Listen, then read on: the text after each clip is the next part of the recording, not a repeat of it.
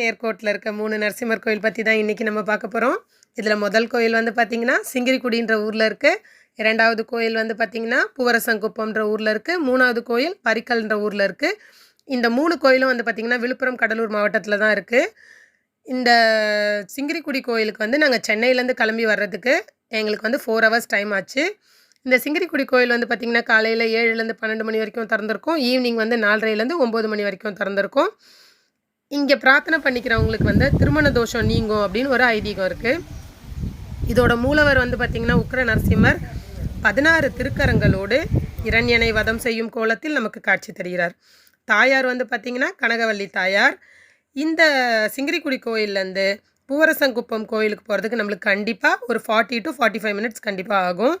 இந்த பூவரசங்குப்பம் கோயில் வந்து காலையில் 8லேருந்து 12:30 மணி வரைக்கும் திறந்திருக்கும்.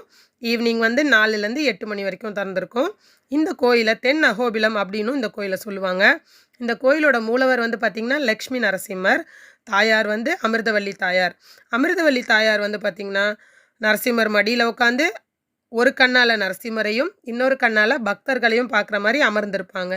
இந்த மாதிரி நம்ம வேறு எந்த கோயிலையும் நம்ம பார்த்துருக்க முடியாது. இதுதான் இந்த கோயிலோட சிறப்பாகும். நம்மளோட உடற்பிணி சகல விதமான தோஷங்களும் நீங்கும் இந்த கோயிலில் பிரார்த்தனை பண்ணா அப்படின்னு சொல்கிறாங்க. இந்த கோயிலேருந்து பரிக்கல் கோயில் போகிறதுக்கு கண்டிப்பாக 45 மினிட்ஸ் ஆகும். இந்த பரிக்கல் கோயில் வந்து பார்த்திங்கன்னா காலையில் 6லேருந்து மத்தியானம் 1 மணி வரைக்கும் திறந்திருக்கும்.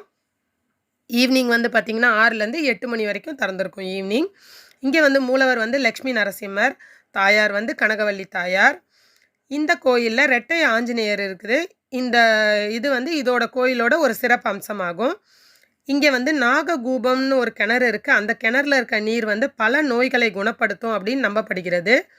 இந்த 3 கோயிலையும் ஒரே நாளில் பார்க்குறது ரொம்ப விசேஷம். அதுவும் சுவாதி நட்சத்திரத்தன்னைக்கு பார்த்தா ரொம்பவே விசேஷம்.